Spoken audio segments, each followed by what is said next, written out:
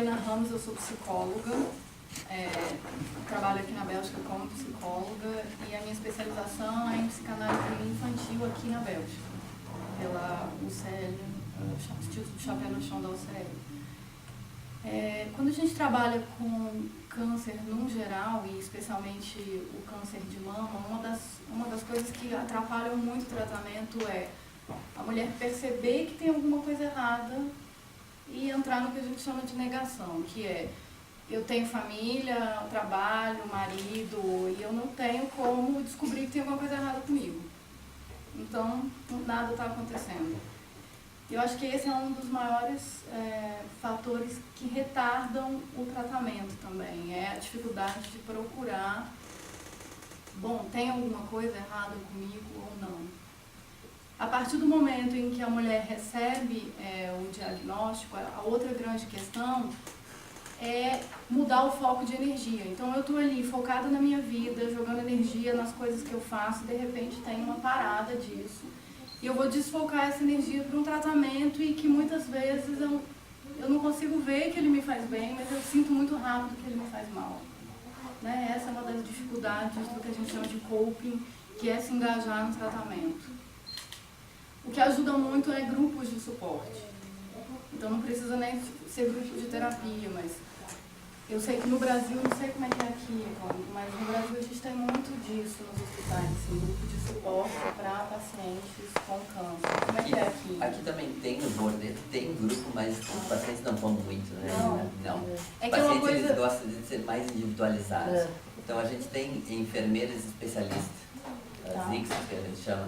Então elas têm um bom contato com o paciente tem o telefone delas, depois da nossa consulta elas são vistas pelas enfermeiras, então elas têm tempo de discutir, mas elas não querem ir para grupos de tratamento.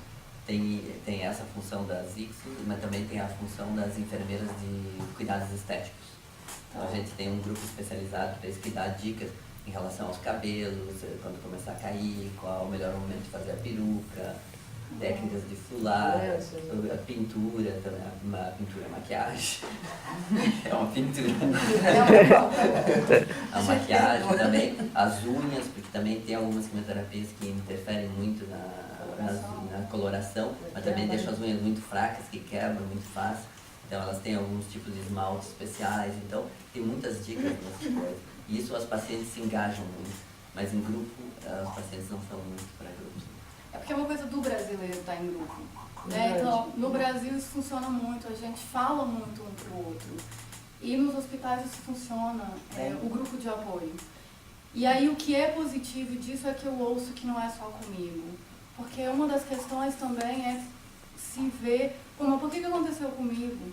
Né? Minha vizinha não tem, ou meu marido, meu companheiro, meu filho, todo mundo continua com a vida e eu estou tendo que parar e estou tendo que lidar com esse infortúnio gigante, né? Que é a pequena tragédia ou a grande tragédia pessoal de se ver no espelho com a finitude, quer dizer, eu posso realmente morrer, porque a gente não pensa nisso, né? Até porque senão fica muito difícil viver.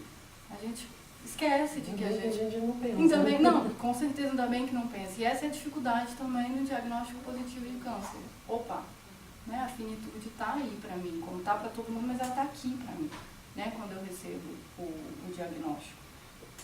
A outra questão é que a gente estava discutindo, e também especialmente para a brasileira, é o símbolo do seio.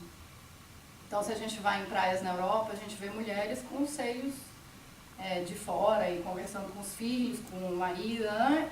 E ali o seio tem menos conotação sensual e sexual do que para a mulher brasileira.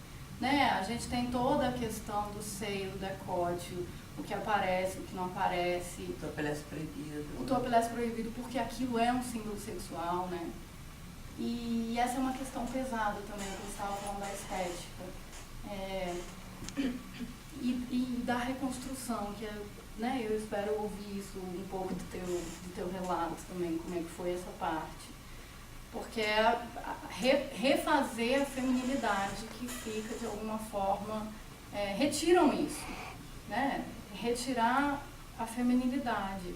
E é um processo mesmo reconstruir isso. E aí eu fico contente de ouvir que tem essa questão dentro dos hospitais aqui também, né? Porque é importante. Então, como é que eu vou lidar com a unha que está quebrando, ou como é que eu vou lidar com o cabelo? Isso também faz parte, é a minha identidade, né, como mulher. E poder ser uma escolha, né, dentro do possível. Como é que eu vou me mostrar? Então, se eu vou mostrar para todo mundo que eu estou doente, se eu vou disfarçar isso, né, se eu vou tentar investir energia nisso, como eu investia no passado. E uma outra grande questão, e que a gente fala muito pouco, é quando a mulher atinge a cura. Porque aí, de novo, ela vai desinvestir energia num processo que dura tempo, né, de dolorido, onde ela tinha uma equipe em volta dela, onde a família estava olhando para ela de uma forma diferente, e de repente reinvestir energia na vida pessoal outra vez. Então esse também é um período em que a gente tenta acompanhar as pacientes, porque é de novo um outro coping. São 3 processos, São 3 o processos. diagnóstico, o tratamento, depois E o pós-tratamento. o pós-tratamento e depois você recomeçar tudo do zero. E que é esse a gente não fala, né? Porque é essa coisa de, nossa, curou, então é tudo que você pode querer. E é um período sensível também. Você sempre vai ter aquela pulga na orelha. Uma vez eu tive, eu posso ter de novo. Então, aquilo também eu acho que é preocupante. Mas eu acho que tem uma coisa que é muito diferente com a relação médica aqui com o paciente, porque, óbvio, tem essas enfermeiras na hora do diagnóstico, mas quando eu tinha 24 anos, eu descobri um adenofibroma muito grande, fizeram uma biópsia e falaram, na sua idade é muito raro, mas risca de ser muito grave. Pronto, 2 semanas esperando. Então, você não tem nenhum apoio. Eu chorei 2 semanas, porque eu falei, o que você acha? Eles falaram, o caminho de cima nunca se sabe. Eu falei, beleza, e pra mim já estava. Então, essa parte que eu acho que muda muito. Porque no Brasil não ia te deixar assim na mão. Ia conversar, ia... Essa é a diferença cultural, porque, como a Marina disse, nós no Brasil, nós falamos muito mais dos sentimentos. Isso. Nós temos terapia de grupo, com vizinho, com amigos, se fala. E na Europa não se vive minha vida, aí já entro no privado. Então tem a essa vergonha do sentimento. Não se fala tanto. Eu vou no terapeuta, sentimento. mas, tipo, vou, mas não conta pra ninguém. Mas eu não mostro que eu tô triste. Não sou brasileira, mas falo muito. Sim. Mas quero falar com o doutor, com o médico, quero saber e pergunto muito para saber.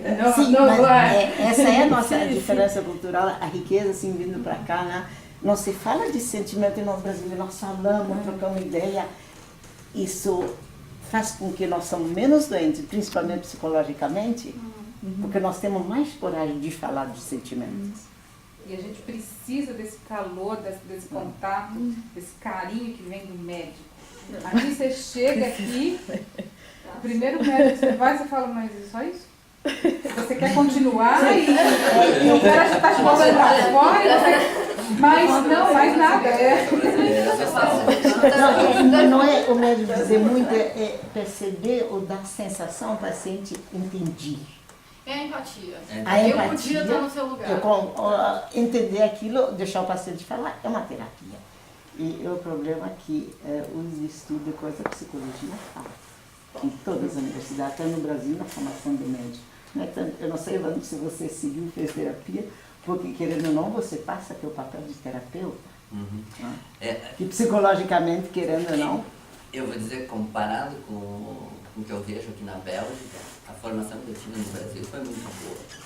Porque Sim, nós temos. durante a medicina, os dois primeiros, segundo e terceiro ano, 2 anos, a gente tinha aula de psiquiatria. Né?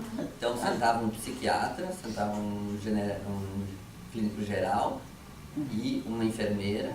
E a gente tinha que conversar com os pacientes, a gente gravava a conversa. Era na época dos cassete, fita cassete, não tinha iPhone. A gente gravava a fita cassete, levava na aula e todos os colegas sentavam como assim, e escutavam. E aí eles diziam como é que foi a empatia. O paciente falou, eu perdi um braço num acidente, uma coisa assim, né, por exemplo. O que tu responde para o paciente, como é que tu deve interagir com o paciente para mostrar empatia. Então a gente tem um bom treinamento e aqui não existe isso. Mas aí, de novo, é a palavra empatia. É. A gente é treinado e é exigido do brasileiro empatia. Né? Eu, no hospital da Unifesp, a gente ajudava os médicos com isso.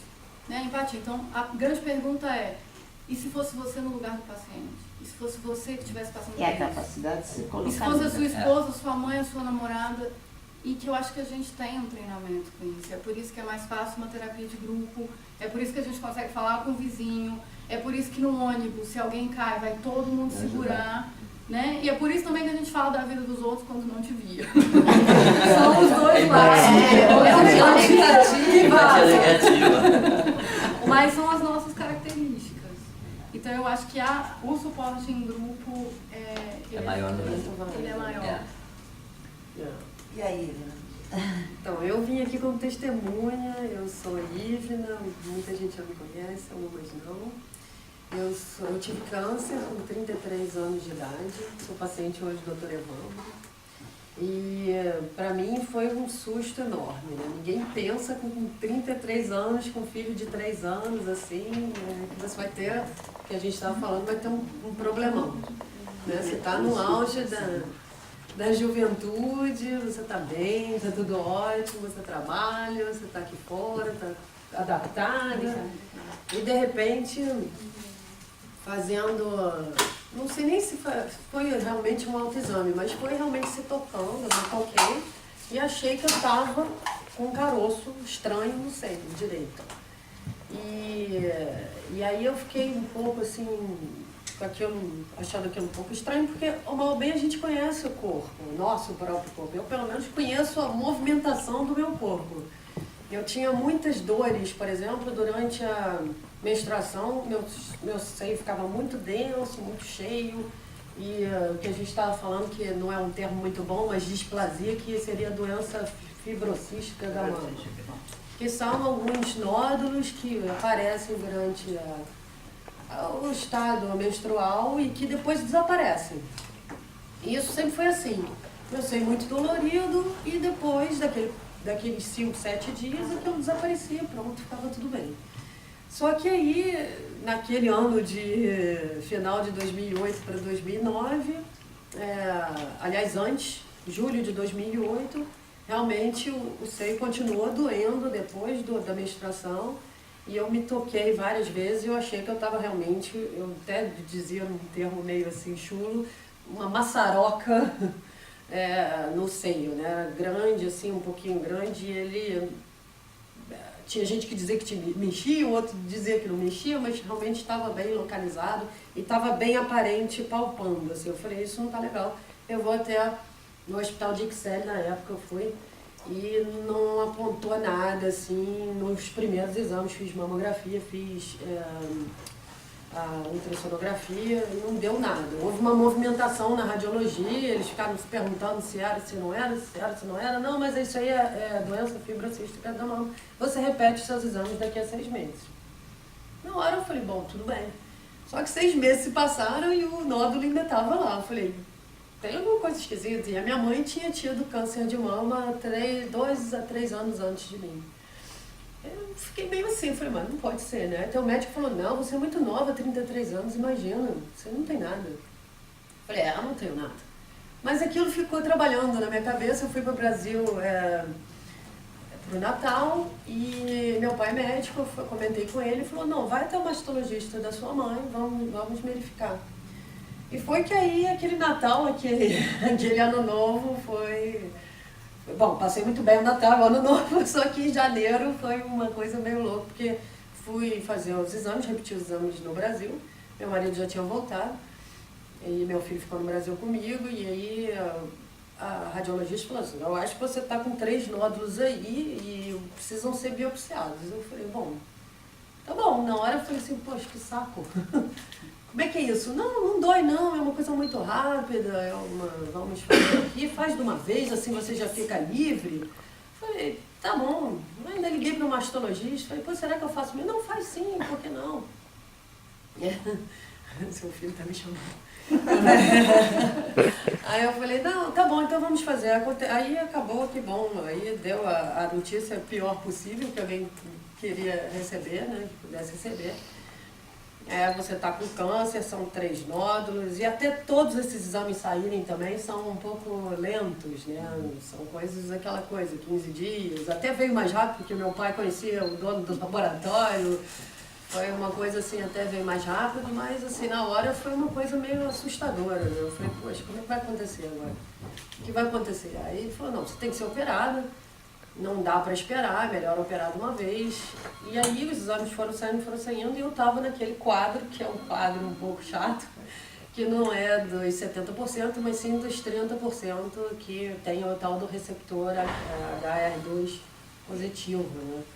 Que até fiz o tratamento depois aqui com o Evandro, que foi a químio junto com outro trastuzumab, que realmente o medicamento é ótimo. Caríssimo, mas muito bom. Então assim, hoje eu falo dessa maneira muito assim, até porque eu falei muito, inclusive falei num livro, que eu escrevi um livro sobre isso. Isso foi muito externalizado por mim, né? Assim, eu não tinha vergonha de falar que eu tive câncer, eu não tive vergonha de nada. As pessoas falavam, mas você teve que... Então, assim, voltando um pouquinho, eu tive que retirar a mama toda, eu tirei toda a mama direita. Na hora eu falei assim, poxa, mas eu posso reconstruir? Posso sair né? Será que eu já posso sair inteira dessa cirurgia? E o médico falou que não, que era melhor eu esperar, porque eu também não sabia se havia uma possibilidade de radioterapia e etc e tal. Espera, deixa a pele acalmar, você descansa e depois a gente vê como é que vai ser isso. E hoje eu acho que foi a melhor coisa, apesar de ter saído da cirurgia sem um seio, que é uma coisa realmente um pouco traumatizante, né? Porque você, poxa, você é nova, tá com 2 seios, tudo bem e tal, e de repente você tá faltando uma peça, né? Tá faltando uma parte do seu corpo, realmente foi um pouco chocante. Mas ao mesmo tempo eu fiquei feliz porque eu descobri cedo, porque eram nódulos pequenos ainda, eu não tinha o braço e os linfonodos do braço atingidos, quer dizer, não havia a possibilidade ainda de uma metástase. Então eu fiquei tranquila com aquilo. A quimioterapia eu já sabia da possibilidade de ter, eu já sabia como é que era, porque a minha mãe já tinha feito. E muita gente na minha família tem muito câncer, então 2 meninas jovens do lado do meu pai também tiveram. Uma faleceu, porque eu acho que ela tinha aquele triplo negativo. A coisa dela foi realmente muito rápida, muito agressiva.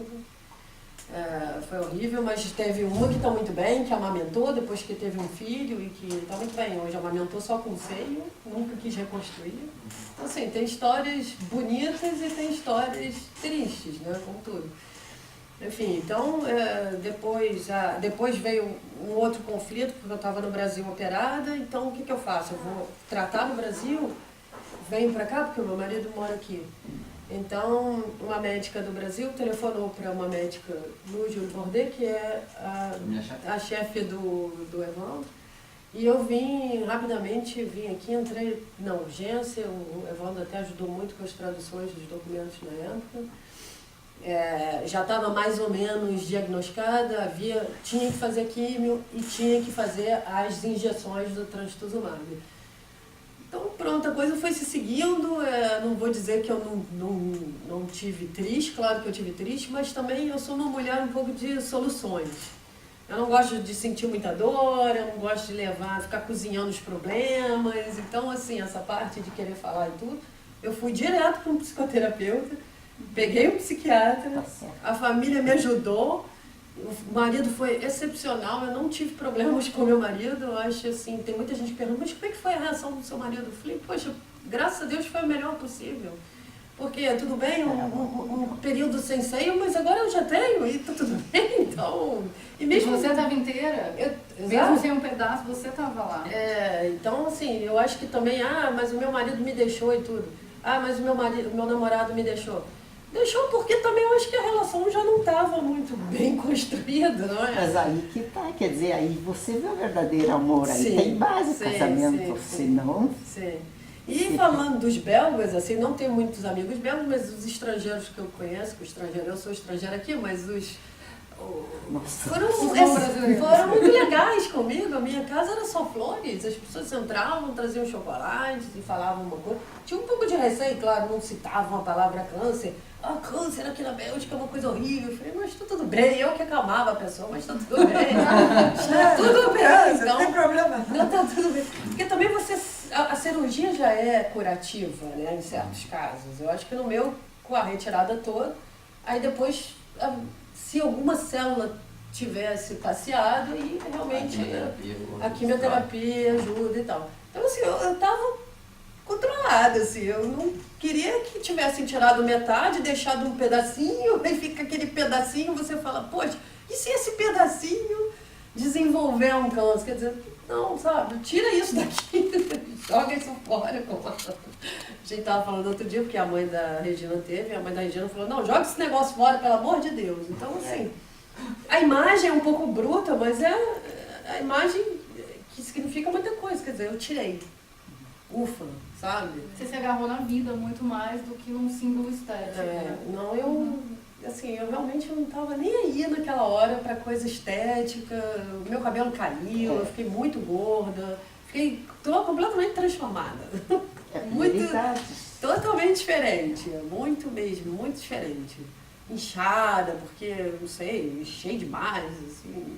E hoje não, pô, o cabelo cresceu, o cílio voltou, né, os cílios e tudo voltou, Então, assim, as coisas voltam também, né, assim, a vida é uma passagem, né, tudo é uma passagem. Eu acho que isso é muito interessante. E depois, com a parada que você estava falando, que é importante também, eu tive que parar, né. Até porque, assim, as 3 primeiras químios foram ótimas, mas as outras 3 foram muito cansativas para mim. A gente mudou o tratamento, aí toda segunda eu tinha que ir pro hospital, então foi bem cansativo. Aí nessa de falar muito com o psiquiatra, falar com os amigos, falar e tudo, eu comecei a escrever todo o processo, né, desde o início da descoberta até o final. Eu não tinha reconstruído na época ainda, mas eu tenho toda a historinha escrita.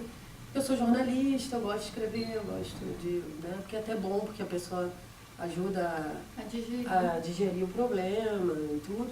E aí, na época, o psicoterapeuta também me dava tipo uma liçãozinha para casa, falava, o que é um dia feliz para você? O que é bom para você? Né? O que significaria estar bem?